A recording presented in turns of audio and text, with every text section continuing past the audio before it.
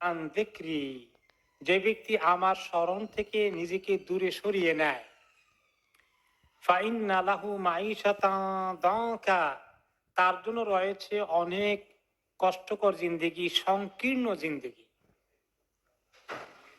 ওয়া ইয়াউমাল কিয়ামাতে ওয়া নাহশুরুহু ইয়াউমাল কিয়ামাতি আ'মা, আর তাকে আমি হাসরের দিন অন্ধ করে উঠাবো। এই সংকীর্ণ জিন্দেগির অর্থ কি? এ বিষয়ে ওলামায়ে কেরাম বা তাফসিরে এসেছে, দনকান ফিদ দুনিয়া ফালা তামানিনাতা লাহু ওয়ালা ইনশারাহা লিসাদরিহি, যে তার জীবনে, দুনিয়ার মধ্যে তার জীবনে প্রশান্তি আসবে না কখনো।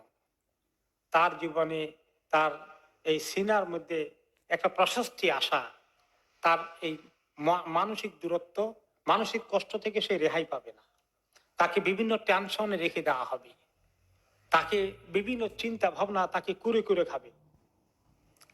যে ব্যক্তি আমার স্মরণ থেকে দূরে থাকে, অর্থাৎ আমাকে ডাকে না, নামাজ পড়ে না, কোরআন হাদিসের নিয়ম অনুযায়ী জীবন চালায় না, হালাল হারাম বাছ বিচার করে না, শরীয়তে সব বিষয়কে লঙ্ঘন করে, পর্দা পুশিদা মানে না, গুনাহ কবিরায় লিপ্ত থাকে, ইত্যাদি যা আছে সব, এই সমস্ত কাজগুলো যে ব্যক্তি করে, সেই ব্যক্তি শান্তিময় কোনো জিন্দেগি পাবে না।